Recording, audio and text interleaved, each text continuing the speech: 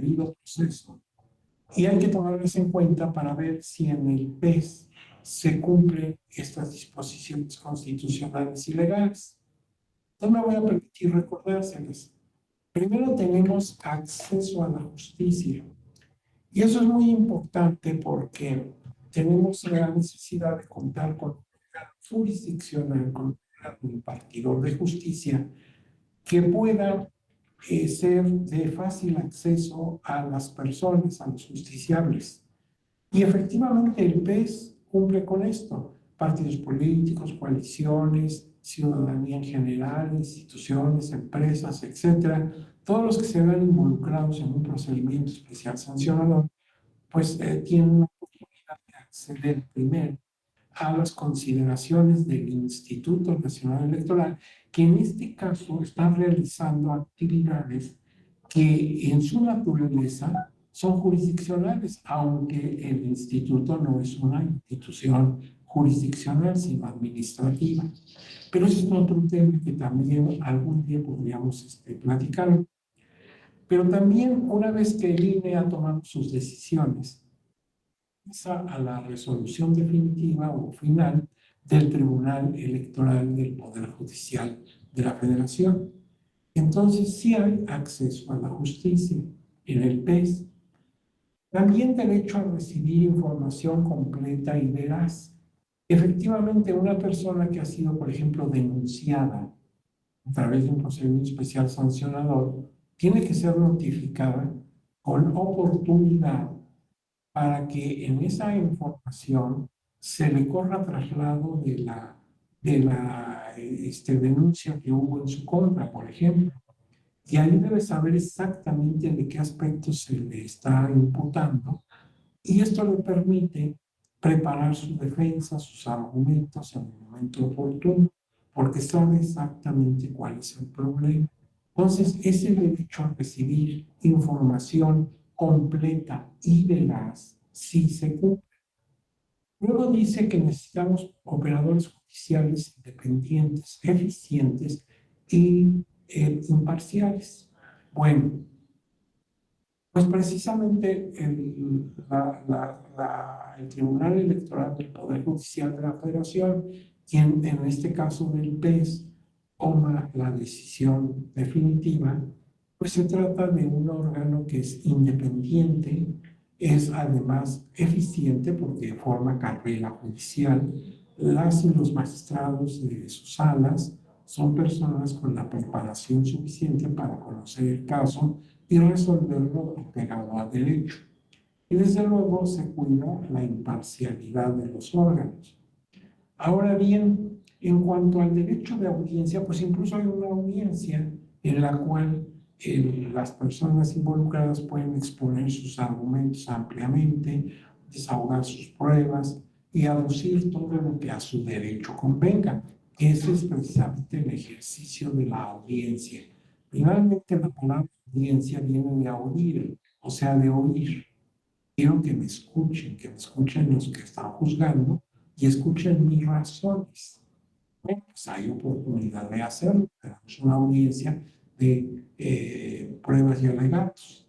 Ahora bien, el derecho a probar, a que tú puedas presentarle a las autoridades, primero a las administrativas, o sea, el Instituto Nacional Electoral, y luego en su momento al tribunal, todos aquellos medios de prueba que puedan reforzar lo que tú dices respecto a lo que aconteció y tus razones para realizar tales o cuales actividades. Entonces, derecho a probar. Valoración racional de la prueba. En esto de la valoración de la prueba, como todos sabemos, hay dos sistemas. Uno que es tasado, donde la misma ley te explica cómo debes valorar la prueba.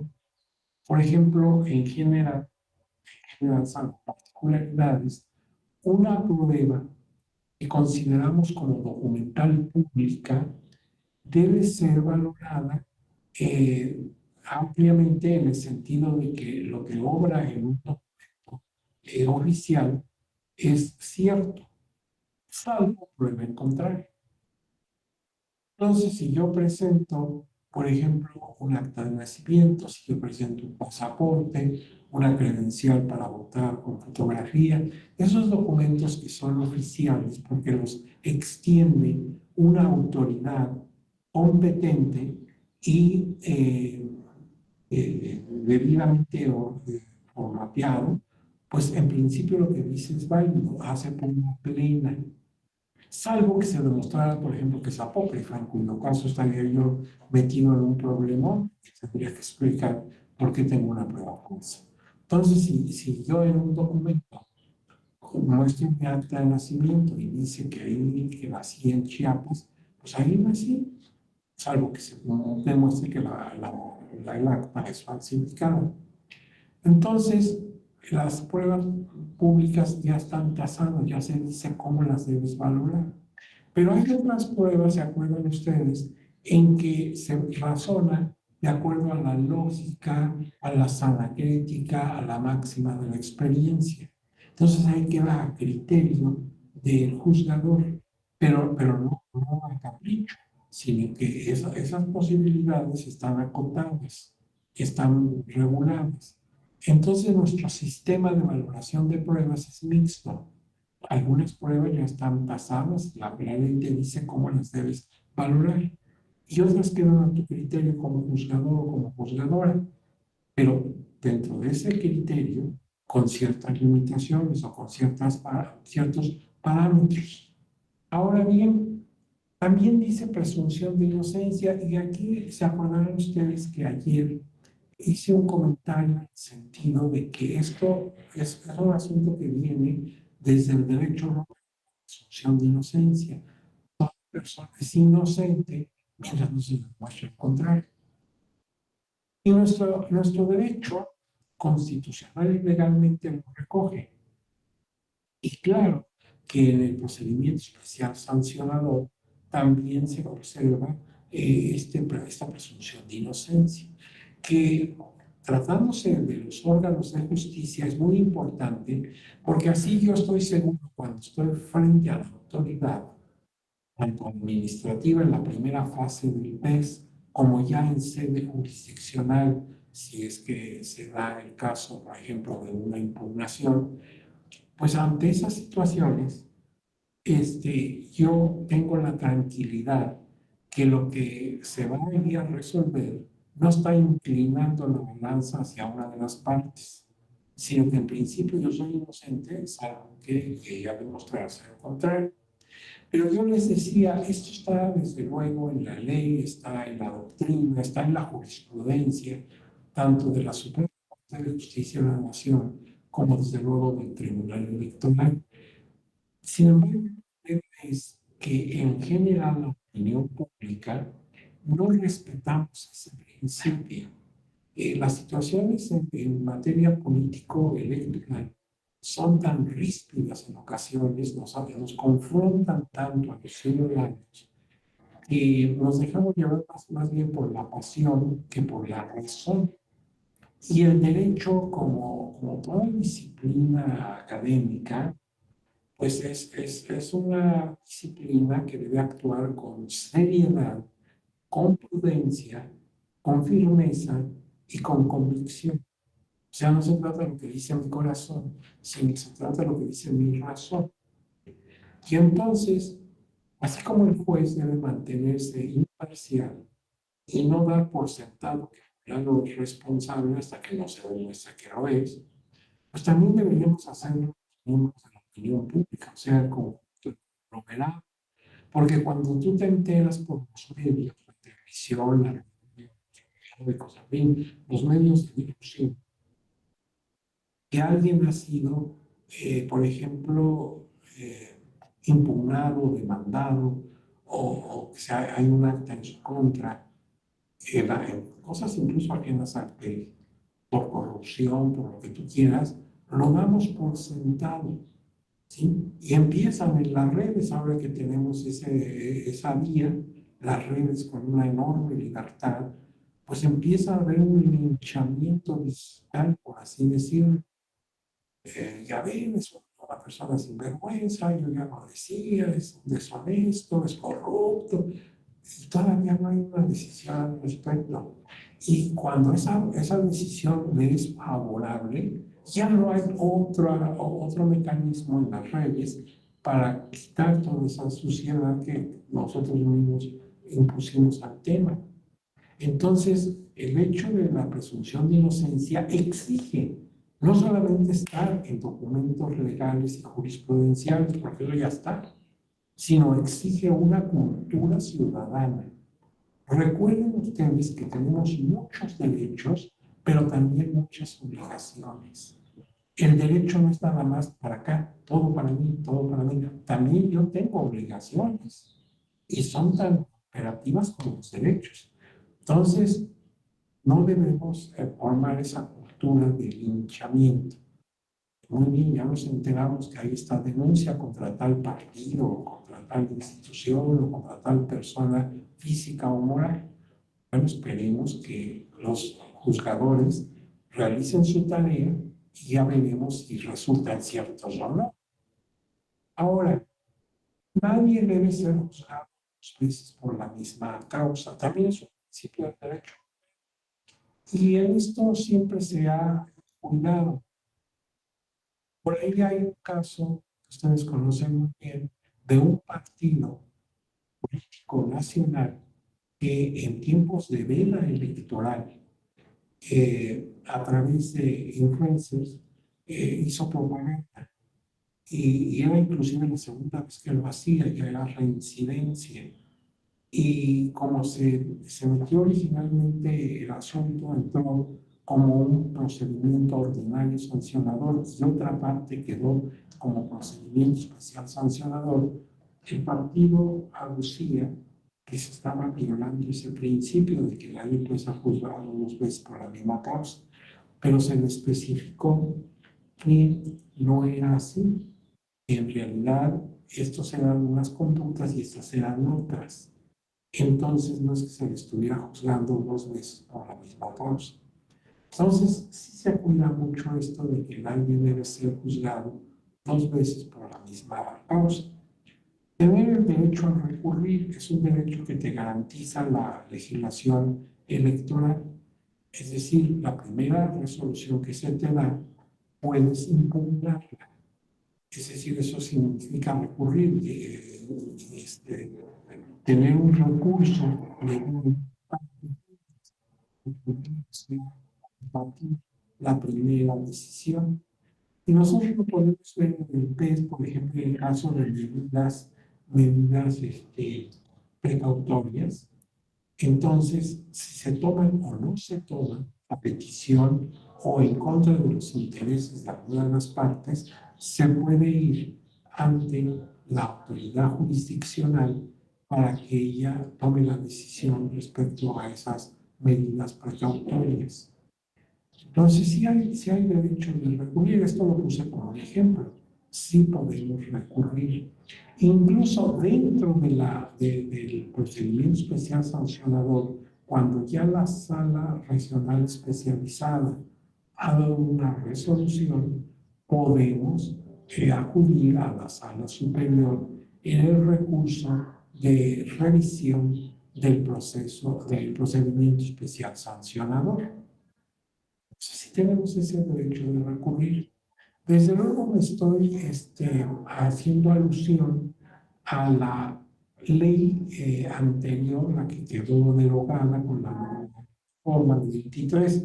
De esto vamos a hablar al rato, cómo quedan las cosas con estas leyes, la abogada y la que ahora está vigente oficialmente. Bueno, vamos a ver eso con calma dentro de un momento. Pero entonces lo que sí nos interesa es subrayar que sí tenemos derecho a recurrir. También dice el derecho a ser notificado en tiempo y forma.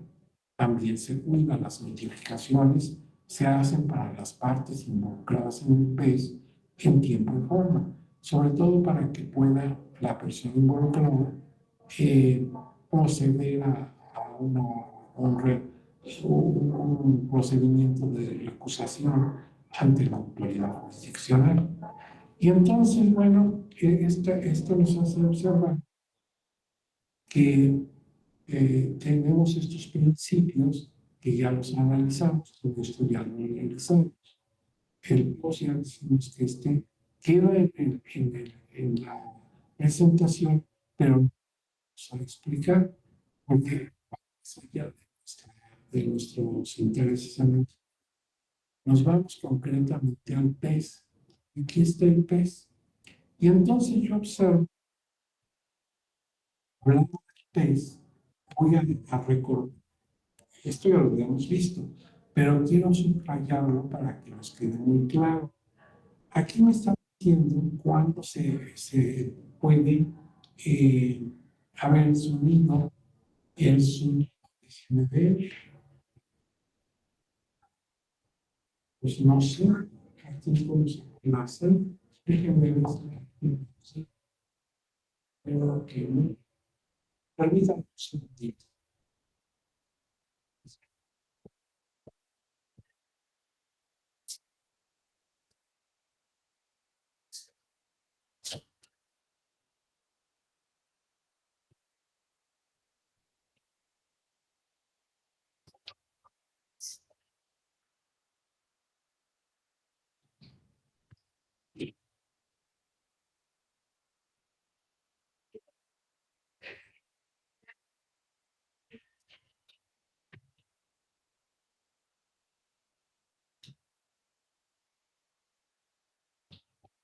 No, mira, no hay que reducirle, voy a procurar hablar más fuerte, a ver si así me escuchan. ¿Sí me escuchan?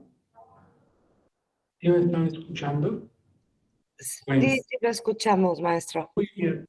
Entonces, miren, aquí yo observo algo que me interesa muchísimo. Primero, acuérdense que el procedimiento especial sancionador proceder por quejas y denuncias o también por indagación de la propia autoridad administrativa, o sea, por el instituto. Esto nos va a dar esa característica de dispositivo e inquisitorial que tiene el procedimiento especial sancionador. Pero lo que me interesa mucho que vean en esta lámina, que recordemos cuándo procede el PES. Entonces el PES procede cuando se viola el asunto que establece el artículo 41 de la Constitución en su base tercera y el párrafo octavo del artículo 134 constitucional. También cuando contravengan disposiciones sobre propaganda político-electoral y cuando constituyan actos anticipados de precampaña o campaña, pero por disposición de 2020, también cuando se presentan denuncias o inician de oficio hechos relacionados con violencia política contra las mujeres en razón de género. Yo les decía, este asunto, todos sabemos, es muy delicado y la verdad de las cosas, qué bueno que ahora se tienen que ventilar por el procedimiento especial sancionador, porque una ventaja que tiene este procedimiento es que sus plazos para decidir sobre cosas que son de horas. Entonces, qué bueno que en un asunto tan delicado como pues la resolución del camino inmediato para evitar hasta lo antes posible que la violación a derechos de las mujeres en este ámbito pues sigan originando perjuicio para ellas. Eso está pues muy apropiado, qué bueno que está dentro del procedimiento especial sancionador. Ahora, esto ya lo hemos visto todo lo del PES, y entonces voy a poner aquí en medidas cautelares, que esto fue donde ya interrumpimos la explicación ayer. Mira, las medidas cautelares que están en el artículo 463 bis. Cuando yo veo bis o ter, quiere decir que ya es producto de una reforma y que para no ver los artículos simplemente se pone bis, se pone ter, etc.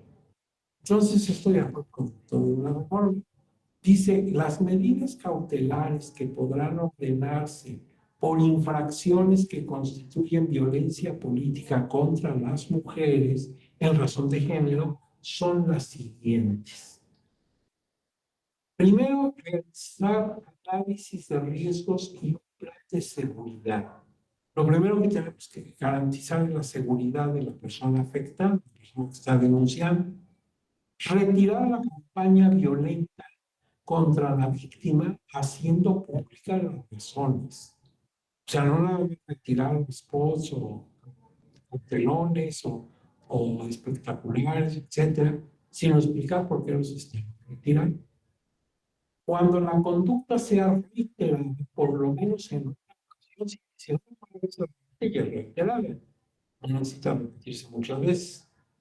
Entonces, si se está dando ese caso de reiteración en por lo menos una ocasión, suspender el uso de las prerrogativas asignadas a la persona agresora.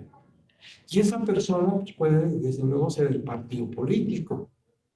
Entonces tiene prerrogativas el partido político y ahí dice clarísimo, ¿sí? En el inciso C, suspender el uso de sus prerrogativas.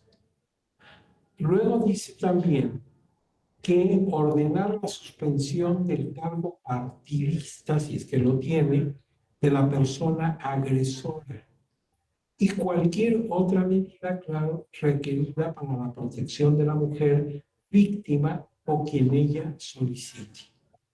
Bien, pues entonces las medidas son tanto drásticas en algunos casos, pero así también de peligrosas en el asunto de que esa persona esté violentada por razón de género. Ahora bien, la autoridad resolutora deberá ordenar las medidas de reparación integral que correspondan, considerando cuando menos lo siguiente.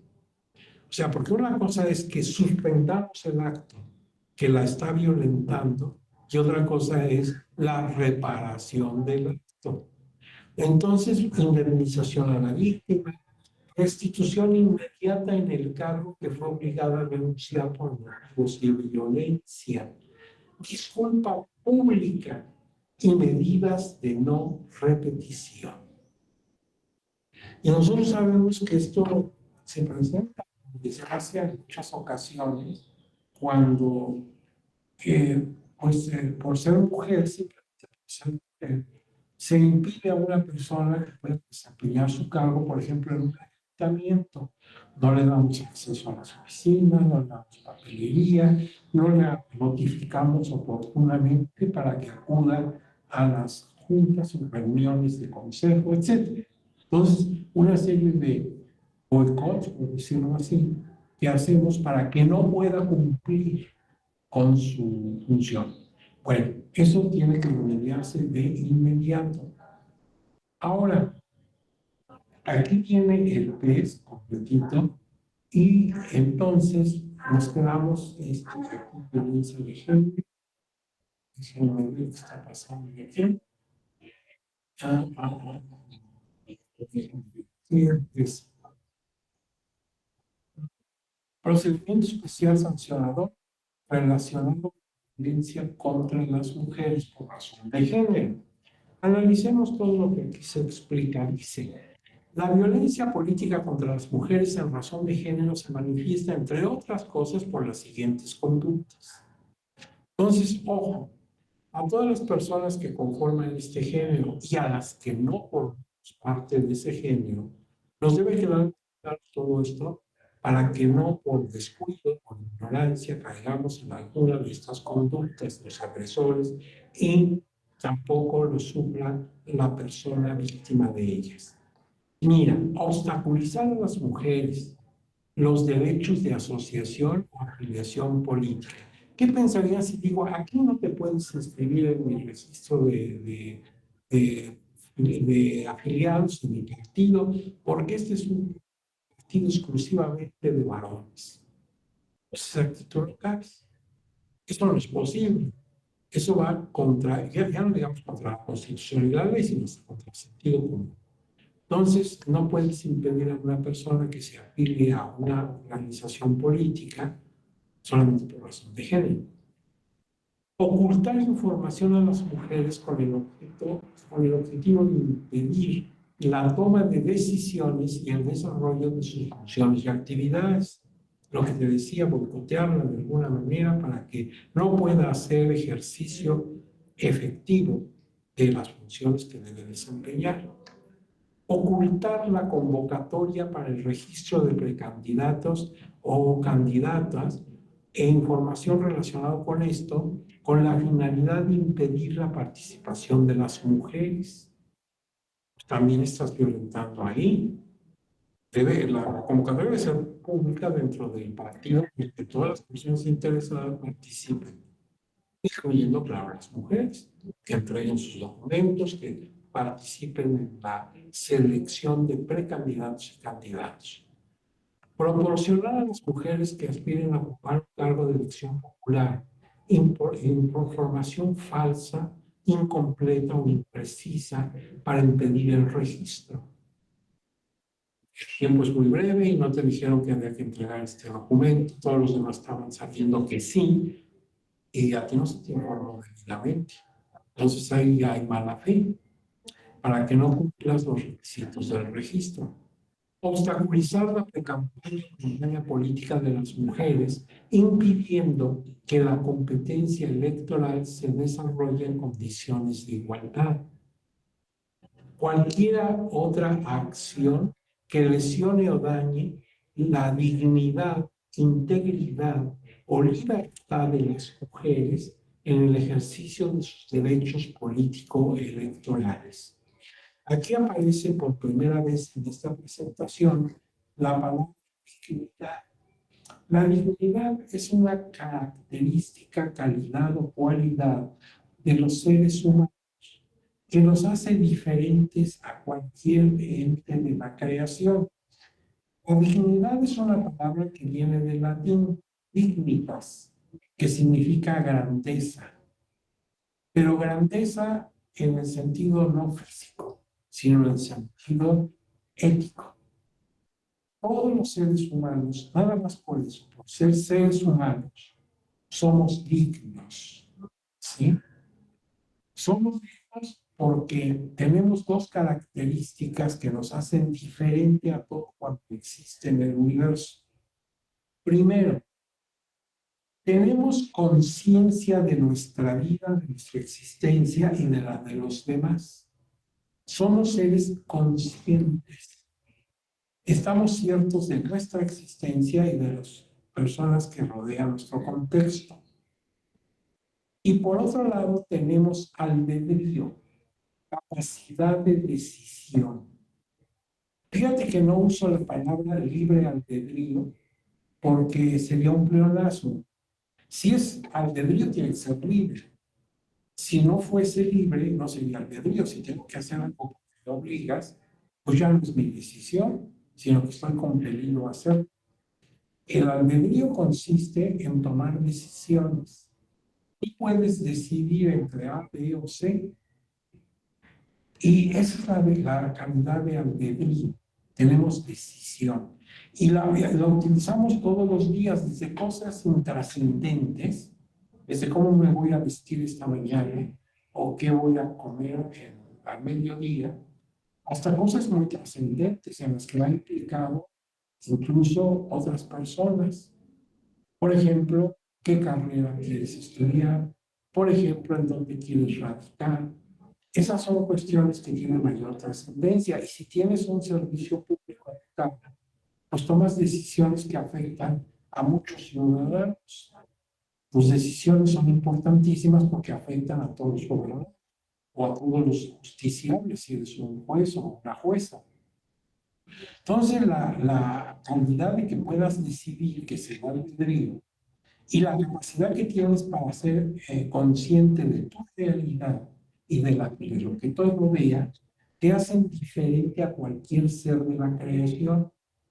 Y esa dignidad de la que hablaba muy al principio los romanos y los griegos, y luego lo hicieron, explicaron los pensadores cristianos y también los racionalistas del siglo XVII, etcétera, y luego hasta nuestros días, Es el pilar fundamental sobre el que descansan los derechos humanos. Por eso en las declaraciones de derechos humanos, de cualquier naturaleza de declaración que estemos hablando, se toma el tema de la dignidad. Los seres humanos tenemos dignidad. Y por cierto, esa dignidad puede ser de dos tipos: dignidad de origen y de dignidad de derivación. La dignidad de origen se tiene por el solo hecho de nacer como ser humano. Por eso, desde que está en vientre y cuando nace la criatura, ya no podemos tratarles como si fueran así pequeñito, de minutos de nacido, ya tenemos que darle un trato especial, desde luego de apoyo, de conocimiento, de resguardo, para que pueda sobrevivir, pero además de respeto. ¿Por qué? Porque no es cualquier cosa, es un niño, es un ser humano. Entonces, el que todavía no tiene ni siquiera uso de razón, ya tiene un tratamiento especial. Esa es la dignidad de origen y lo va a acompañar toda su vida. Y aún muerto, cuando ya no tenga personalidad jurídica, sus restos deben ser tratados con esa dignidad. O sea, no es basura que la podemos arrojar al bote, sino que tenemos que tener en las reglas de innovaciones y todo lo referente al tema de entierros y de incineraciones, porque eso no son seres, no es cualquier cosa, eso es ser, ¿sí? Y su dignidad la conservan aún después de muerte. Esa es la dignidad de origen. Y la dignidad derivada es la que cada uno de ustedes va formando a lo largo de su vida, con sus actos, con su manera de ser, con su superación personal, va ganando ese respeto frente a su comunidad. Y ahí puede ser una dignidad muy grande. Hay personas que su vida la dedican a engrandecer su imagen, a que todos tengamos de él una idea muy noble. ¿Cómo pasa con las personas que tienen el gusto de tratarlos a ustedes? Seguramente aprecian su gran calidad humana. Son ustedes personas de bien, profesionistas, que tratan de impulsarse, que ayudan a los demás en las áreas de su actividad. En fin, son personas muy buenas y eso aumenta su dignidad. Hay en cambio personas que parece que son sus peores enemigos.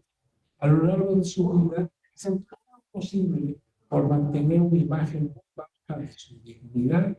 Los tenemos como gente agresiva, como gente que no cumple con los más elementales principios de convivencia social. Bueno, por eso esas personas conservan nada más su dignidad de origen y aun cuando estén, por ejemplo, la sentencia por delitos muy graves que cometieron, no podemos tratarlos como si fueran bultos, porque aunque su dignidad de derivación la tienen muy empobrecida, conservan la de origen. Son seres humanos y deben ser tratados por ese respeto. Entonces, esa dignidad es muy importante porque forma el basamento sobre el que se justifica el asunto de los derechos humanos. Bien, también dice aquí el artículo 440 de la Ley General de Instituciones y Procedimientos Electorales, que es donde se regula el procedimiento especial sancionador, que las leyes electorales locales deben considerar las reglas de los procedimientos sancionadores, tomando en cuenta las siguientes bases. Deberán regular este procedimiento en el caso de violencia política contra las mujeres por razón de género. Esto fue adicionado en un decreto que se publicó en el Diario Oficial de la Federación, como decimos ayer, el 13 de abril de 2020.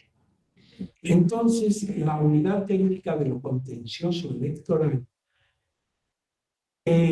ordenará el inicio del procedimiento especial sancionador y resolverá sobre las medidas cautelares y de protección que fueren necesarias. Si las medidas de protección fueran competencia de otra autoridad, entonces la Secretaría Ejecutiva del Instituto dará el aviso de inmediato para que esa autoridad proceda a otorgarles conforme a sus facultades y competencias.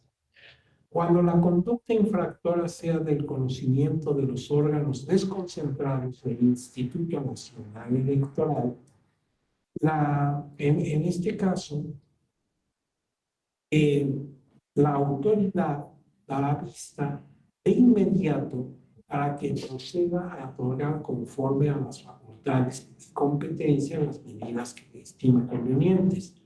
Cuando la conducta sea, pues, de órganos desconcentrados del INE, la remitirá de inmediato a la Secretaría Ejecutiva para que ésta ordene el inicio del PES. Cuando la denuncia sea presentada en contra de un servidor o una servidora pública, se dará vista de las actuaciones y de la resolución de las autoridades competentes en materia de responsabilidades administrativas para que en su caso apliquen las sanciones procedentes en términos de la ley de responsabilidades administrativas. Ahora, el artículo 474 nos dice, la denuncia debe contener los siguientes requisitos. Nombre de la persona denunciante con firma autógrafa o huella digital. Domicilio para oír notificaciones.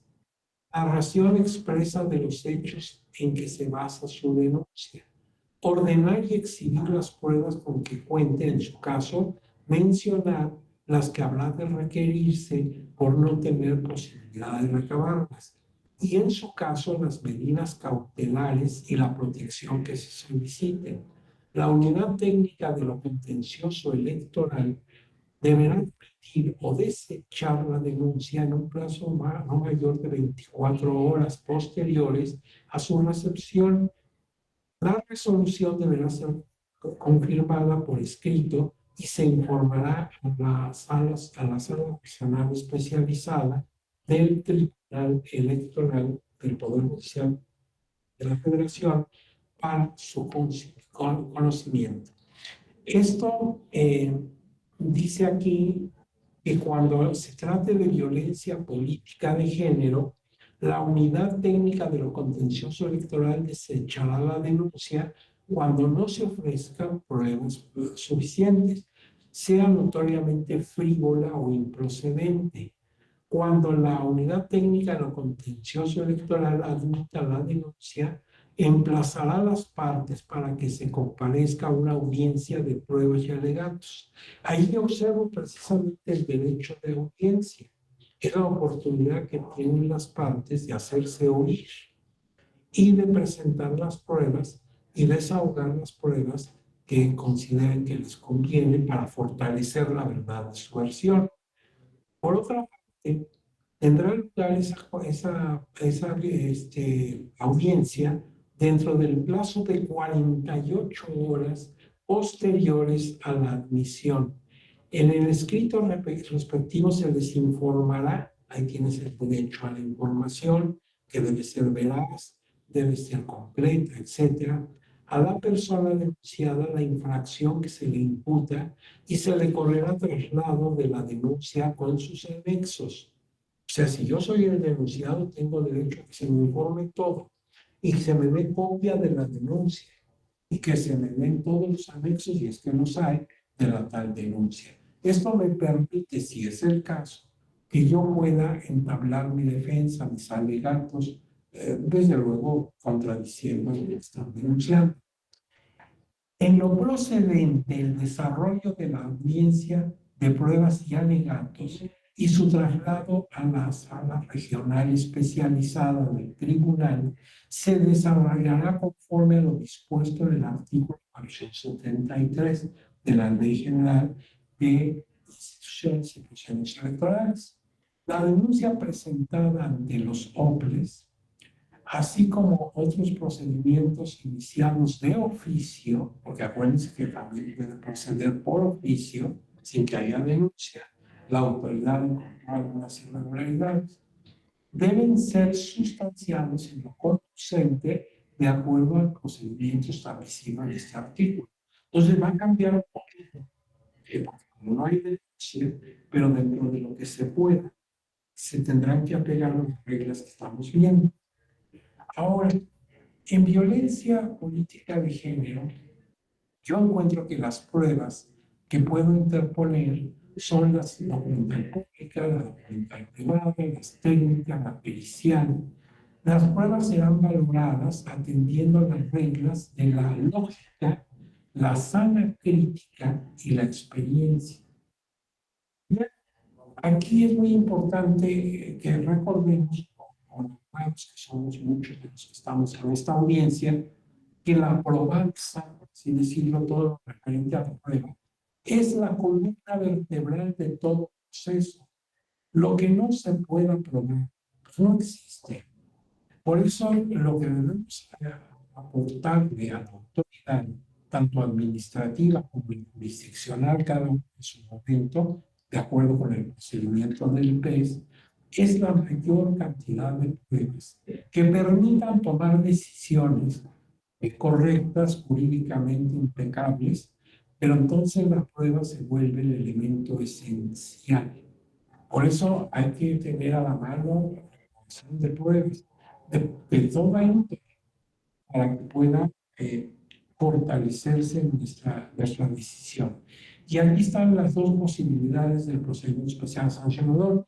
Puede ser dispositivo cuando se encuentra esencialmente en la instancia inicial del procedimiento, donde se exige la presentación de un escrito de queja que cumpla con determinadas formalidades y se impone la carga de aportar elementos mínimos de prueba, por lo menos de valor indiciario, al menos de indicios de que ocurrió lo que tú estás afirmando. Y es inquisitivo porque una vez que se recibe la denuncia, corresponde a las autoridades indagar, seguir las etapas, pero indagando exhaustivamente todo lo que pasó. La palabra inquisidir es un verbo, inquisidir. Y de ahí todo lo que se pueda derivar, por ejemplo, inquisitivo, que es el calificativo que le damos al procedimiento en este tipo de etapa. Cuando la autoridad investiga, ya sea porque hubo denuncia o queja, o porque no habiéndola encontrado alguna irregularidad. Cuando yo escucho la palabra inquisitir, inquisitivo, por razones de mis conocimientos históricos, pienso en la Inquisición. ¿Se acuerdan aquel terrible tribunal del Santo Oficio que se llamaba de la Inquisición? ¿Y por qué se llamaba así ese tribunal? Se llamaba inquisitivo o inquisición porque investigaba, juntaba pruebas, detenía a la persona implicada y la juzgaba.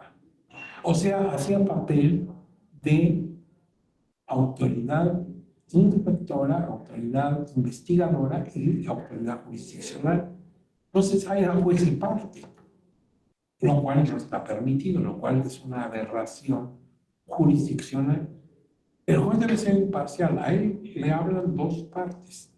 Por ejemplo, en un juicio penal, le habla el fiscal con la acusación y le habla el abogado defensor dando los argumentos que benefician a la persona procesada. Y el juez va a tomar su decisión. Pero eso de que el mismo juez ande investigando, pues se convierte en juez y parte. Y eso era lo que ocurría en la Inquisición. La Inquisición, por su carácter en donde se entrelazaban aspectos religiosos con aspectos penales, indagaba primero ante cualquier denuncia que le hiciera. Fulano es un hereje, o fulano es judaizante, tiene la religión judía y la está propagando. Entonces la Inquisición empezaba a indagar, a investigar, a juntar pruebas. La persona ni siquiera lo sabía, vivía su vida normal, iba, venía, compraba sus cosas, se reunía con amigos, no sabía el peligro que estaba, ya le seguían los pasos la Inquisición. Y la Inquisición iba reuniendo pruebas. Cuando ya tenía elementos suficientes, ¿sí? Miren, aquí me están hablando una de ustedes, una de las personas de la audiencia, me dicen que no hay quien les dé acceso, pero yo no les puedo dar acceso porque no tengo ese dispositivo. Esto lo tiene aquí en la escuela judicial y no sé por qué nos dejaron ahorita solitos. Entonces yo le ruego que le pongan un mensajito diciendo que si pueden dirigirse esas personas directamente a la escuela judicial para que por favor vean que le den acceso, porque yo no puedo más y no tengo el dispositivo para hacerlo. Entonces, les ruego que cualquier ustedes a la persona o personas que están fuera. Pero les decía, entonces cuando yo tenía pruebas, venía la detención, cuando tú menos te lo esperabas. Y no te decían de qué te acusaban. Entonces, en medio de su desesperación, la persona llena de miedo, pues decía, bueno, sí lo hice, yo hice esto. Ah, también eso, porque eso no estaba en el expediente. Entonces tú mismo te hacías como en el pantano, te decía, entre más hablabas, más te hundías. Bueno, y por eso se llamó el Tribunal de la Inquisición de la Santa Inquisición o Tribunal del Santo Oficio. Bueno, esto por lo que toca el verbo inquisidir, que casi ya lo usamos en materia judicial. Ahora bien, principio de prohibición de exceso o abusos. ¿Se acuerdan ustedes que no debemos molestar a las personas, ni físicas ni morales, o sea, partido político o ciudadano común y corriente, más que en aquellos casos que estrictamente sean necesarios y hasta la medida que sea necesaria? O sea, molestar lo menos posible, causar los menores problemas de distracción o de afectación a sus derechos. Dice que el principio de prohibición de exceso de abusos de la autoridad en el ejercicio de facultades discrecionales debe ser idónea, debe ser necesaria y debe ser proporcional. Ahí está el test. ¿Se acuerdan que ayer hablamos del test? Si te tengo que afectar en tus derechos como autoridad porque ando investigando, bueno, primero debe ser idóneo lo que estoy haciendo, o sea, que las medidas que estoy tomando sean correctas para los fines que persigo. Deben además hacer una intervención mínima. Te voy a afectar en lo menos que pueda, lo menos que te pueda molestar. Y además debe ser proporcional entre los daños que esto te ocasione y los beneficios que se obtienen.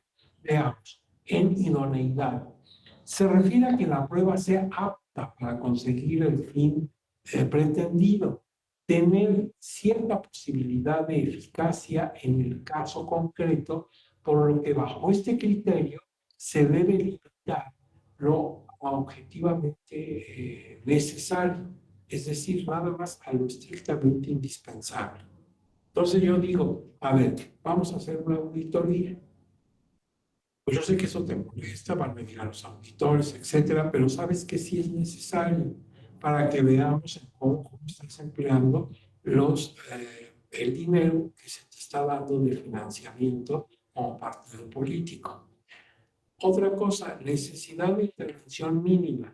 Al realizar varias diligencias razonablemente para la obtención de elementos de prueba, deben elegirse las medidas que afecten en lo menor posible los derechos fundamentales de las personas relacionadas con los hechos denunciados. Entonces vamos a procurar molestarte lo menos que se pueda. Y en cuanto a la proporcionalidad, en las diligencias encaminadas a la obtención de elementos de prueba, la autoridad pues estimará la gravedad de los hechos denunciados, la naturaleza de los derechos afectados, así como el carácter del titular del derecho, debiendo precisar las razones por las que se inclina por las medidas que se están tomando, en aras de preservar otras de igual valor. Entonces, en concreto, te vamos a causar el menor daño posible. Ese es el principio de no cometer abusos. No tienes por qué tolerar actitudes intransigentes. El principio de tipicidad aquí se ha tomado del derecho penal. Recuerden que para que una conducta sea elevada, sea considerada como un delito cometido, debe llenar el tipo exactamente como describe la ley. No puede ni por analogía ni por simple mayoría de razón establecer conductas que se parecen a un delito, pero no lo son. Es muy estricto. Si tú me estás acusando de un delito, estoy hablando de un delito, este debe llenar el tipo perfectamente, debe como si fuera un modelo, y debe incrustarse ahí exactamente lo que yo hice con el modelo o tipo del delito. Esto es en materia penal. Bueno, esto lo toma el derecho sancionador electoral para que también cualquier conducta infractora caiga en la descripción de ella. No que se parezca, aunque no se diga exactamente, no. Tiene que entrar exactamente como si fuera parte, tiene que entrar en el tipo descrito. Entonces, el principio es del derecho penal, pero se toma para el derecho sancionador electoral. Es un mandato que deriva del principio de legalidad y se encuentra tutelado en el artículo 14 de la Constitución, que dice que en los juicios de orden criminal queda prohibido imponer por simple analogía, o sea, que se parezca, o aún por mayoría de razón, pena alguna que no le esté decretada por una ley exactamente aplicable al delito de que se trata. Esto es lo que dice el 14, refiriéndose a la materia penal. Estas reglas son igualmente aplicables para aquellas disposiciones que prevén la posibilidad de imponer una sanción de naturaleza administrativa en materia electoral. Pues sí, efectivamente, esto que dice el derecho penal lo pasamos en lo posible al derecho sancionador electoral, porque al fin y al cabo, como decíamos ayer, ambas áreas pertenecen al campo del ius punendi, el derecho a penar, a sancionar, que ya sabemos que no es un derecho, sino una facultad. Las autoridades no tienen derechos, tienen facultades o atribuciones. Ahora bien, en la descripción legal de una conducta específica a la que se completará una sanción administrativa, entonces tengo yo que cuidar que la conducta que se realizó exactamente esté tipificada en la ley. ¿En cuál ley? En la Ley General de Instituciones y Procedimientos Electorales, que me va diciendo qué conductas son sancionables y cómo se deben sancionar. Ahora, de manera ordinaria en el derecho penal la aplicación es directa e individualizada, pero en materia administrativa sancionadora, dada la complejidad de sus mandatos y prohibiciones, así como la multiplicidad de leyes, reglamentos, lineamientos o acuerdos generales en los cuales puede recogerse, es imposible tener un catálogo definido de faltas administrativas con la asignación en cada caso, en cada una, de su correspondiente sanción. Aquí lo que se está diciendo en esta resolución de un juicio, de un recurso de apelación, es en el sentido de que pues en materia penal es muy fácil. Tengo disposiciones penales, código penal, código de procedimientos penales, ley de responsabilidades, etc. Pero en materia electoral son muchas disposiciones, porque además de la ley, tengo acuerdos del instituto, tengo también, por ejemplo, eh, convenios, tengo muchas cosas. Entonces es más difícil encontrar la tipicidad, pero tengo que encontrarla para que no aplique una sanción a una conducta que no está especificada en un momento dado en el documento. Ahora bien, el principio de exhaustividad. Este impone el deber de agotar cuidadosamente en la resolución todos y cada uno de los planteamientos hechos por las partes durante la integración de la litis, en apoyo de sus pretensiones y sobre el valor de los medios de prueba, aportados o allegados legalmente al proceso como base para resolver.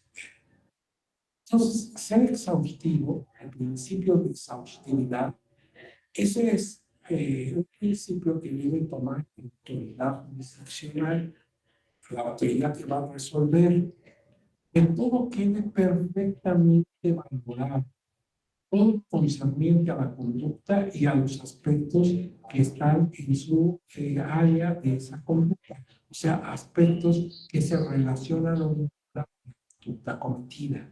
No debe quedar absuelto, por decirlo de una manera coloquial.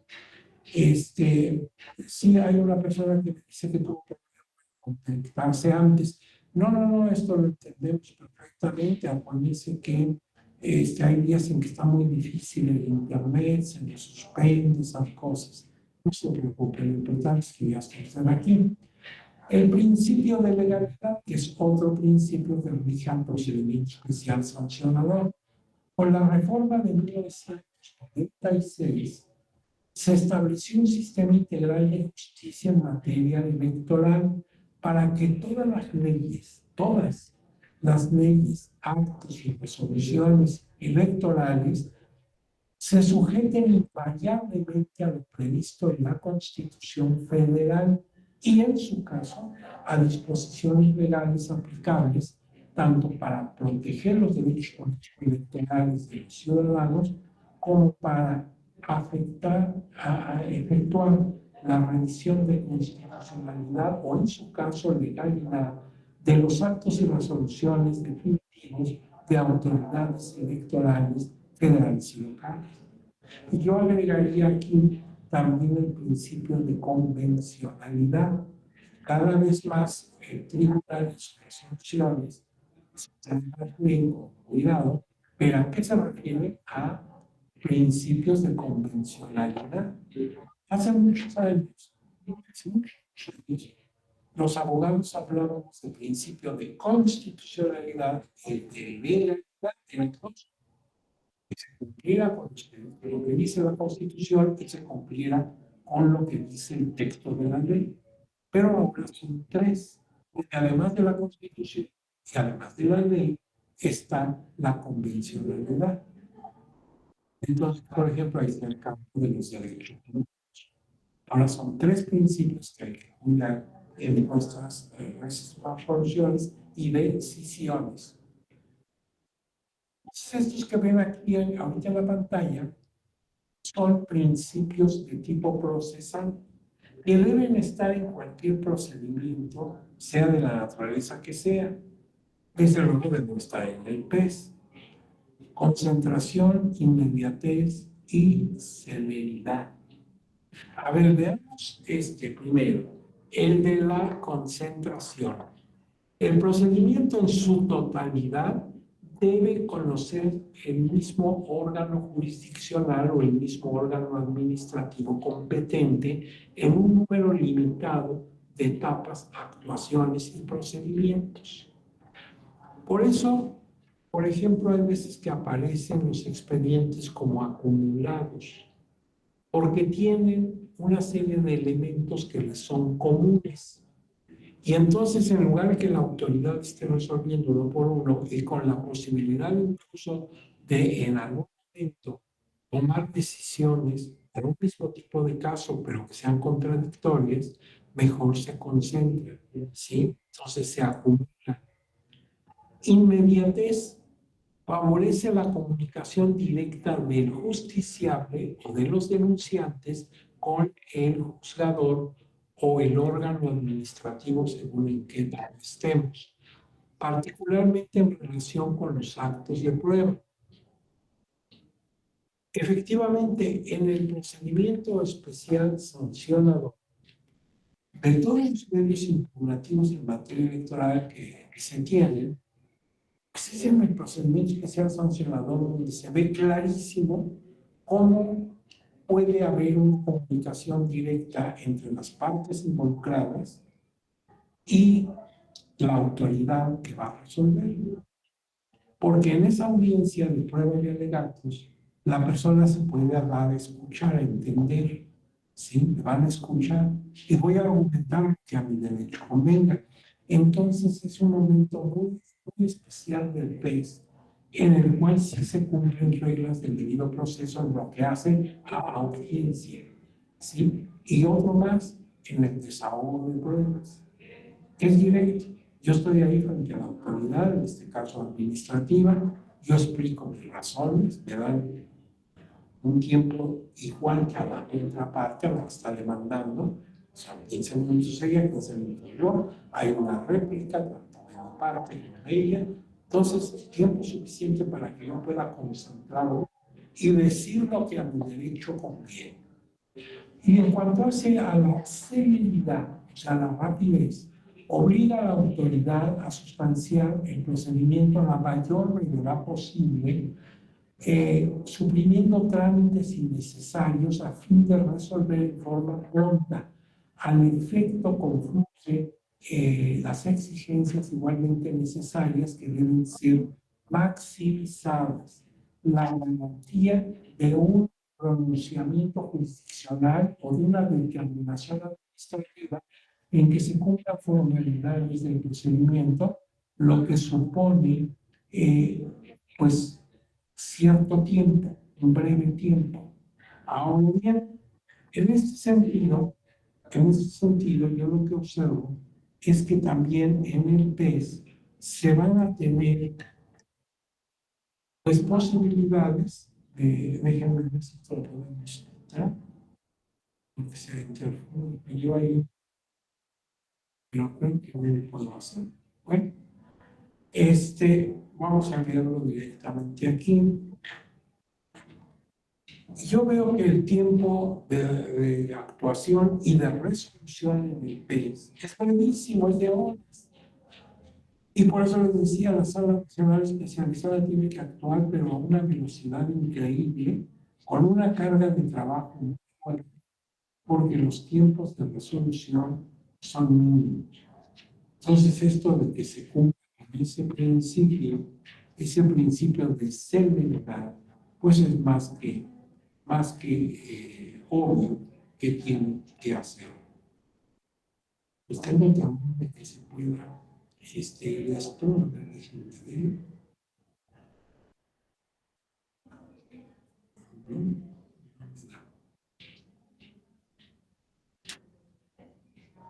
bueno, voy a tener que leérselos a ustedes, no lo estoy apreciando completo en la pantalla, no lo están apreciando completo. Mira.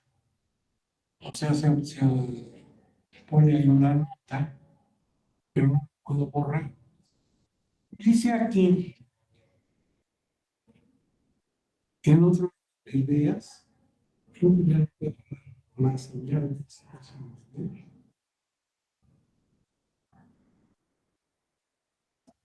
Bien, vamos a ver. Principio de irretroactividad de la ley. Miren, a ninguna ley se dará efecto retroactivo en el juicio de una persona. Esto está en el artículo 14 constitucional. A ninguna ley se dará efecto retroactivo en perjuicio de persona alguna. Ahora me paso al PES.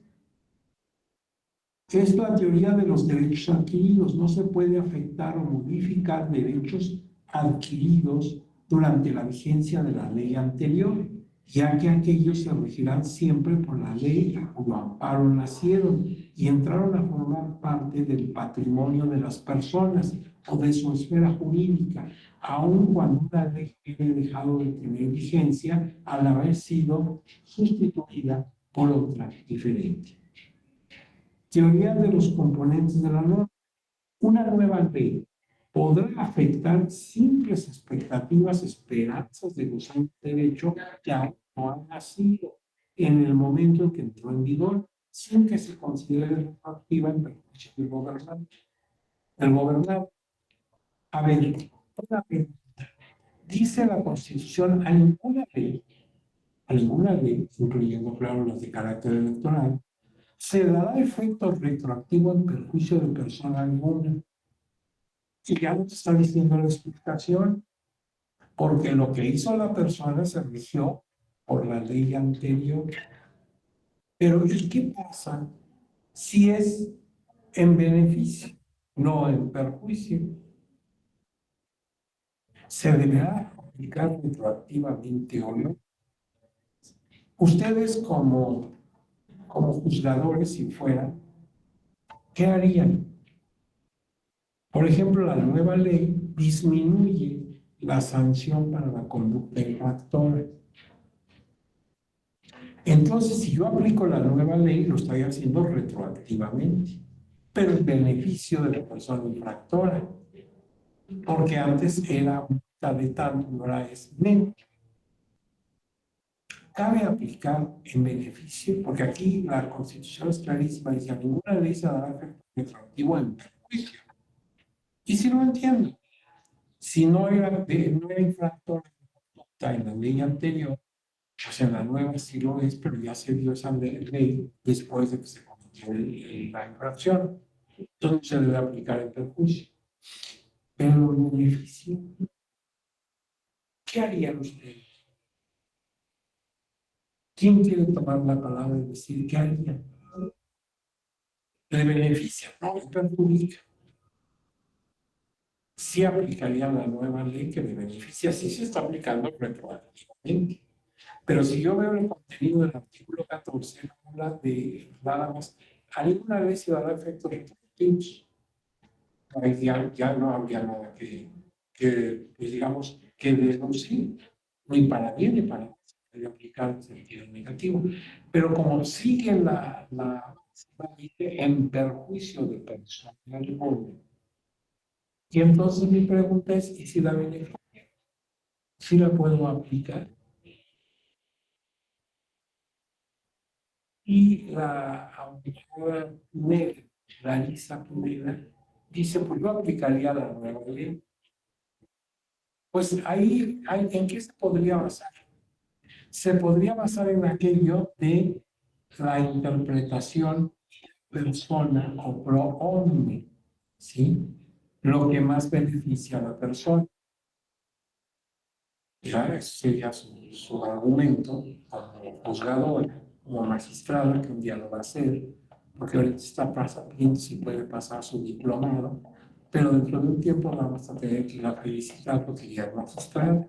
Pues por ahí podría caminar un poquito, lanzar su criterio que se aplica.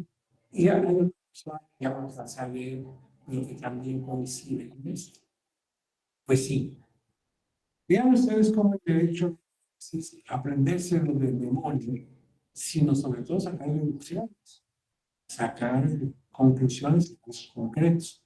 Hay otro principio que está en latín, non reformatio imperos, o sea, no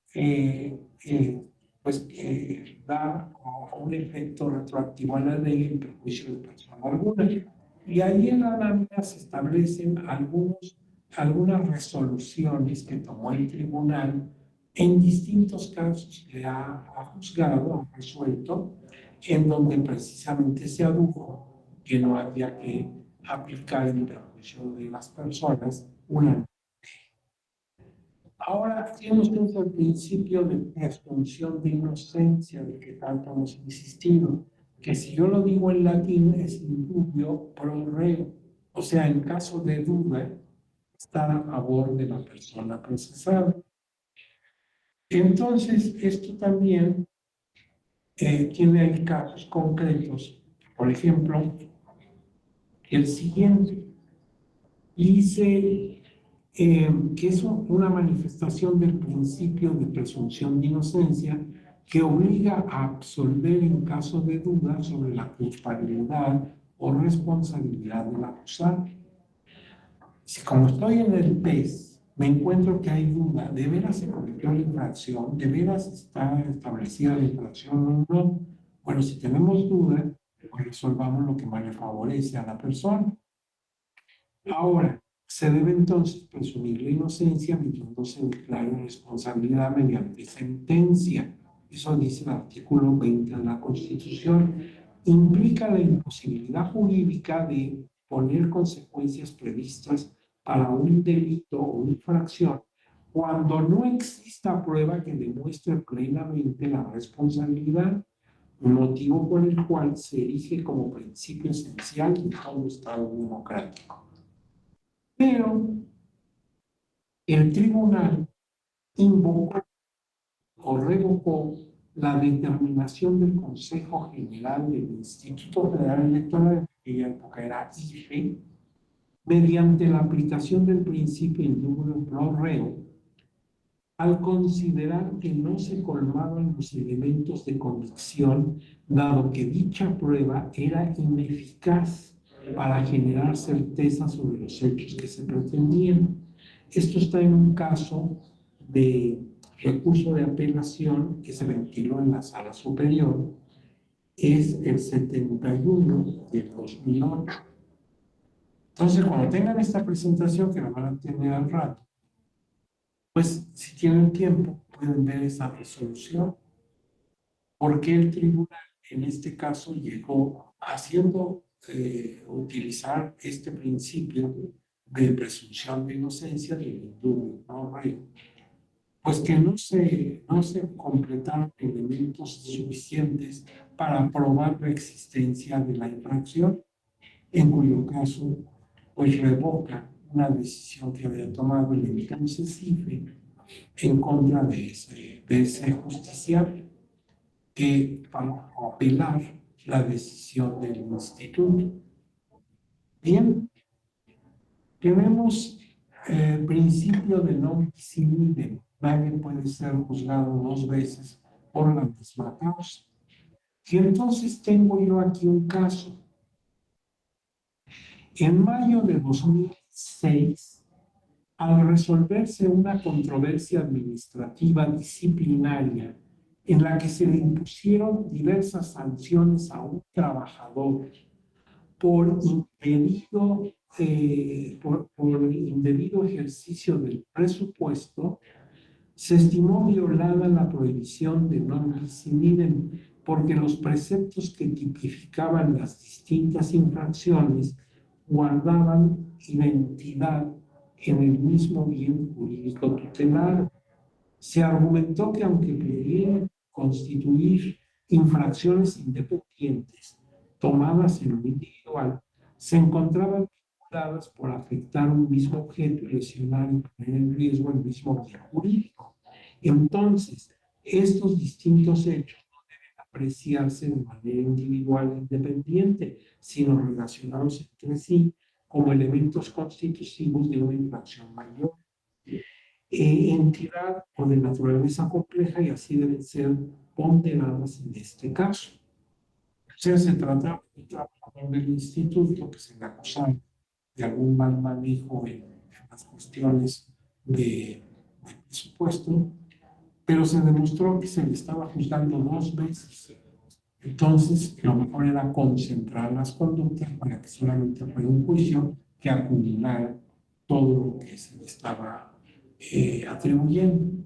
Entonces, como ven, en esas láminas tienen casos concretos y ustedes pueden ver cómo argumentó el tribunal para hacer eficiente estos principios de presunción de inocencia, de no ser juzgado dos veces, etc. Ahora vamos a hablar de la reforma electoral en 2023, el año que estamos viviendo.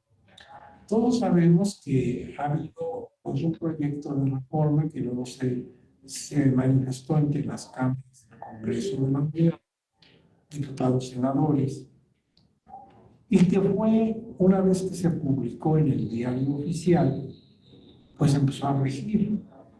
Pero también se presentaron las acciones de inconstitucionalidad ante la Suprema Corte de Justicia de la Nación. Y esta apenas está resolviendo paulatinamente las acciones de inconstitucionalidad. Veamos, esta reforma, a la que yo me refiero, abrogó la Ley General del Sistema de Medios de Impugnación en materia electoral. ¿Qué ve que es el efecto? Abrogó y decretó una nueva ley que la va a suplir. Es la Ley General de los Medios de Impugnación en materia electoral. Vean ustedes que lo que se ha suprimido en el nombre y consecuentemente en las siglas de la nueva ley es sistema. En la primera lleva LGS, la otra es LGM, no la S, porque la ley abrogada, la que ya no va a tener efectos, es la Ley General del Sistema de Medios de Impugnación en materia electoral, y esa es de la que veníamos trabajando desde el año 96. Ahora quedado abogada. La nueva ley es la Ley General de los Medios de Impugnación, que ya no tiene la palabra sistemas. Pero el problema no es de nombre y menos de una sola palabra. El problema es el contenido. Esta nueva ley, la Ley General de los Medios de Impugnación en materia electoral, inició su vigencia el 3 de marzo pasado, o sea, hace un par de meses. Porque el diario oficial en donde se publicó el decreto correspondiente tiene fecha de 2 de marzo. Y ahí se dice que las disposiciones que están en este decreto iniciarán su vigencia a partir de mañana. Mañana era el día 3 de marzo. Entonces, a partir del 3 de marzo está rigiendo la Ley General de Medios de Impugnación en materia electoral, ya ha quedado abrogada la Ley General del Sistema de Medios. Pero vinieron las acciones de inconstitucionalidad que son de exclusiva resolución de la Suprema Corte de Justicia de la Nación. Y entonces, al llegar a estas acciones de inconstitucionalidad, la Suprema Corte decidió quedar suspendida estas nuevas disposiciones, porque no nada más en la ley de medios. Ese decreto del 3 de marzo, del 2 de marzo, como ustedes saben, también ahí nada más se van cambiando disposiciones de la Ley General de Partidos Políticos, por ejemplo, de la Ley General de Instituciones y Procedimientos Electorales, y así de algunas leyes en concreto, de la Ley Orgánica del Poder Judicial de la Federación. Bueno, pues todas esas disposiciones quedan suspendidas hasta que la Corte vaya resolviendo las acciones de inconstitucionalidad. La Corte no es tampoco magia, ¿verdad? Que ahorita pues sí quedaron bien los artículos, bien las leyes, o no. Tiene que hacer estudio detallado, concienzudo, fincado en derecho, con mucha acuciosidad. Por lo pronto, porque dice puede haber afectación a derechos esenciales de los gobernados, queda suspendido hasta que se tome decisión. Ante esto, entonces, pues de hecho ambas leyes están rigiendo ahorita. La abrogada, la Ley General del Sistema de Medios, y la nueva ley.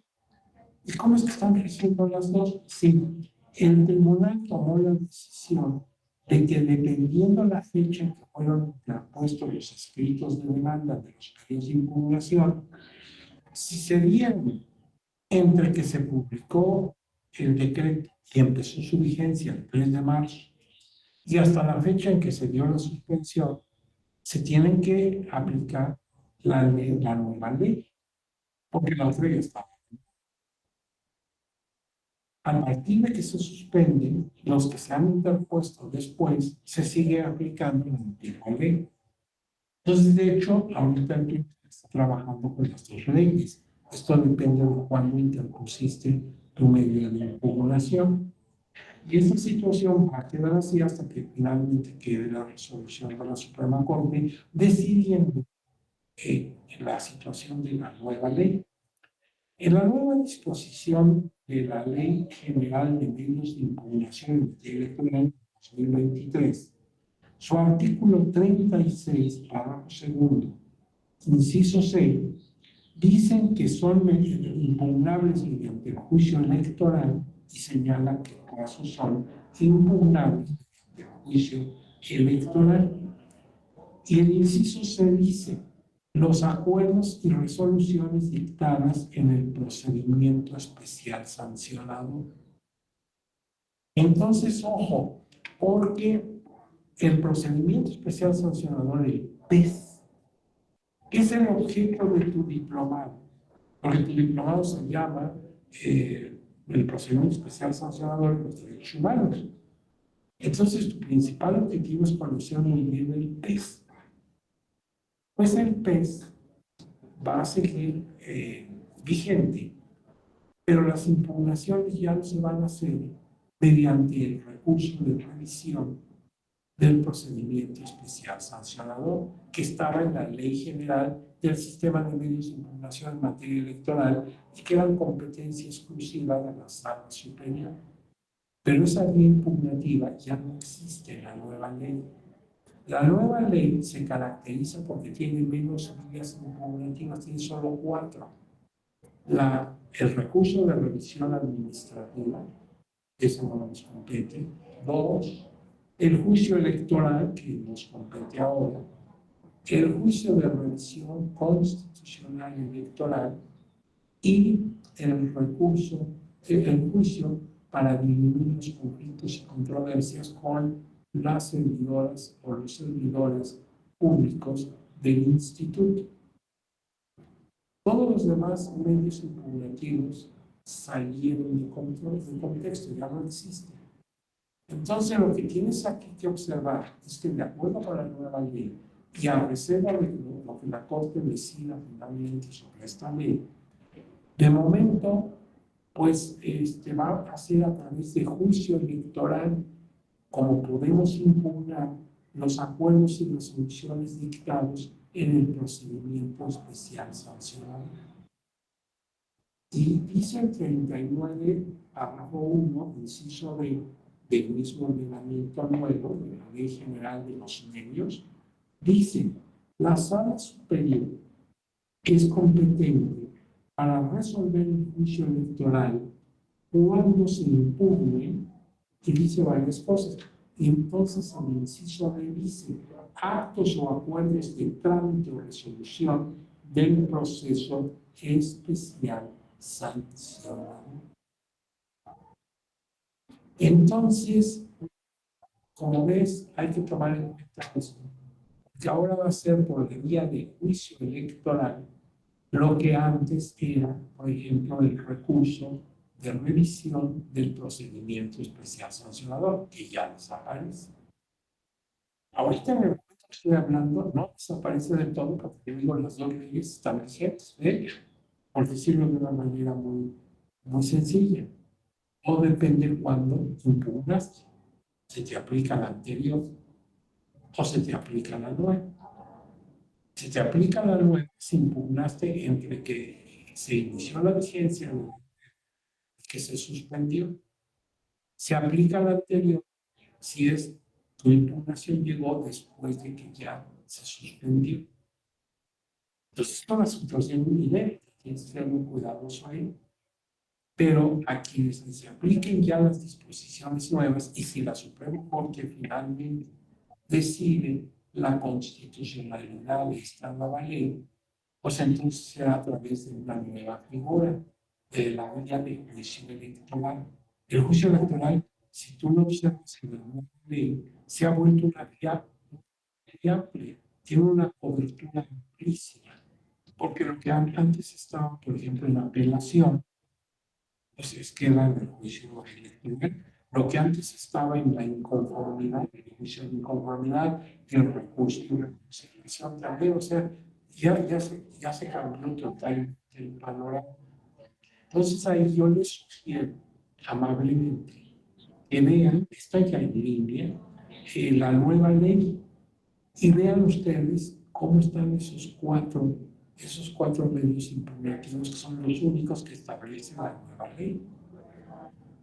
Si finalmente se decide que esta ley sí tiene efectos, sí cumple con principios constitucionales, pues entonces ya tendremos que acostumbrarnos a la vía del juicio electoral para impugnar decisiones en torno del juez.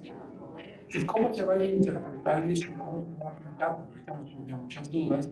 Pues eso sí ya tendría que ver directamente el tribunal electoral de sus respectivas salas decisiones conforme vayan conociendo y resolviendo el concreto. una labor de interpretación que solo compete al cuerpo de magistrado del Tribunal Electoral. Seguramente irán tomando decisiones paulatinamente al respecto. No toca a los académicos hacer elucubraciones porque no es nuestro papel. Ya estudiamos viendo con salas resolviendo estas impugnaciones.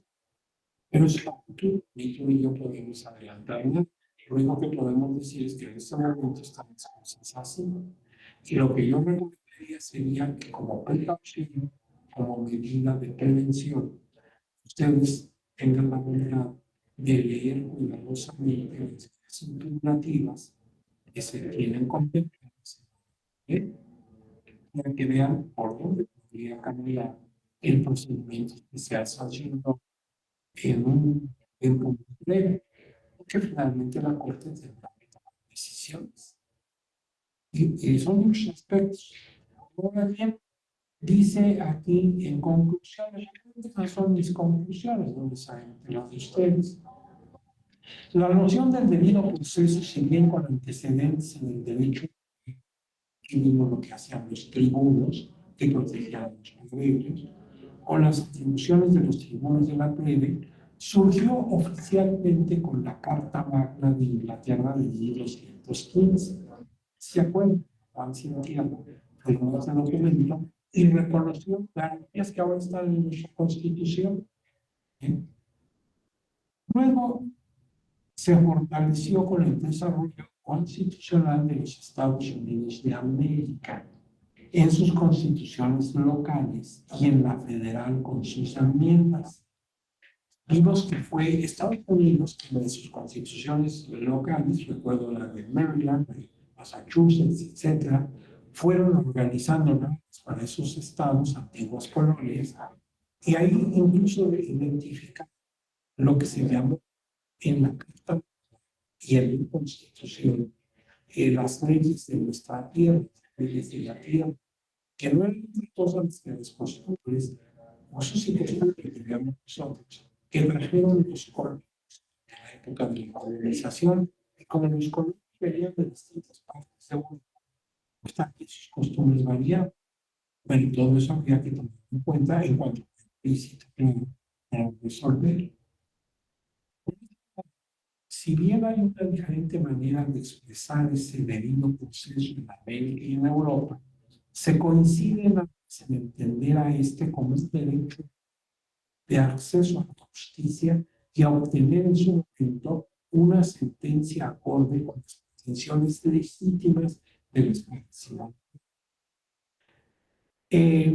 Derechos como acceso a la justicia, recibir información completa y veraz, operadores judiciales independientes, eficientes e imparciales, derecho de audiencia, derecho de prueba, valoración racional de las pruebas, presunción de inocencia, nadie debe ser juzgado por la misma causa, derecho a recurrir, el derecho a ser notificado en tiempo y forma, etc., son algunos de los derechos procesales que se tienen contemplados o normados en el procedimiento especial sancionador.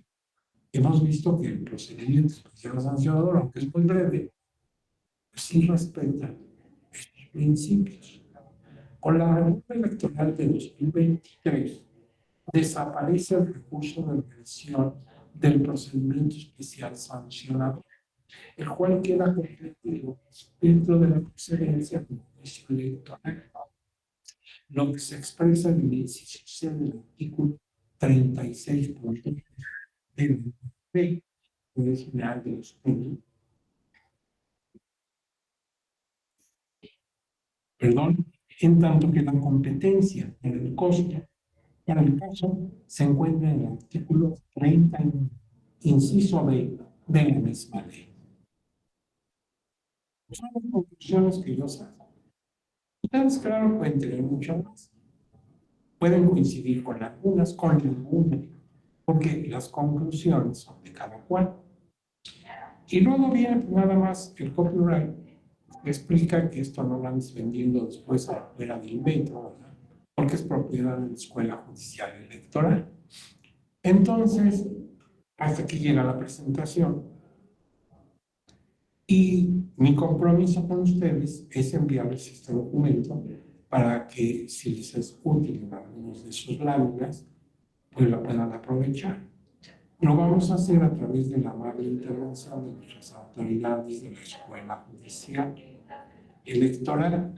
Y ahora, pues ahí llegado el momento de dos cosas: ver si hay algún comentario, alguna cosa que quieran expresar, y también, pues, el momento de despedirnos.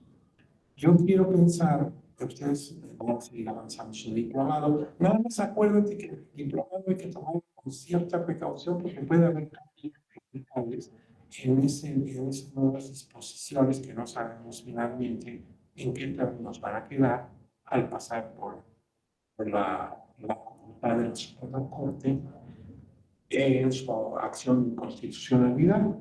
Y después, las interpretaciones que en su momento harán magistrados y magistradas de las distintas áreas del tribunal al ir resolviendo. Entonces ellos tienen que tomar decisiones. Pues ya nos enteraremos de todo eso. Quiero decir que lo que tú estás hablando ahora puede sufrir algunos cambios a posteriori, pero eso, lejos de desanimarnos, nos debe entusiasmar, porque hay un reto, ¿verdad? Hay un reto para ver cómo quedan las cosas finalmente. Ahorita, pues estamos rigiéndonos por ambas leyes, no sé. Y dice usted aquí que solo esperar que haya cambios en reglas y los criterios de interpretación. Los cambios de reglas, pues eso depende de la justicia. Ella toma las decisiones, dice esto sí es constitucional, esto sí es constitucional. Esa decisión tan delicada la está tomando Suprema Corte. Ya nos informaremos. Ya nos informamos de algunas disposiciones que hubo cambios que también afectaron en materia electoral, pero no en materia de procedimientos especiales nacionales. Ahora bien, esa decisión la toma la Corte. Y en cuanto a la interpretación que se haga ya de lo que quede vigente, pues eso depende del cuerpo de magistrados del Tribunal Electoral. Ya veremos cómo va caminando eso. ¿Hay alguna persona que quiera intervenir, que quiera hacer uso de la voz? Con muchísimo gusto lo vamos a escuchar o lo vamos a escuchar. Por aquí hay algún polvo. No quiero pensar que sean polvos delicados, pero me están afectando mucho. Luego, ya ves que ponen desinfectantes, que sí acaban con los virus, con los bichos y también con los alimentos. Entonces disculpen que no me siento muy cómodo desde hace como 5 minutos. Pero es el aroma de ciertos sanitizadores y esas cosas. Bueno, ¿alguno quiere tomar la palabra?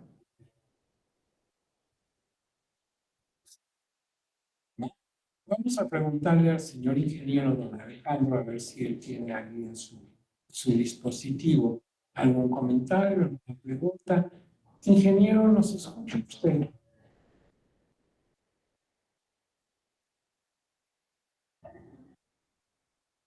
Creo que no está.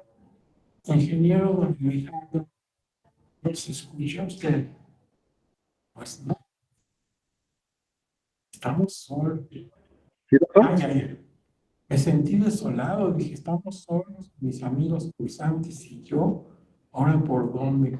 Ingeniero, una consulta, ¿tiene usted algo en su dispositivo, comentarios o preguntas?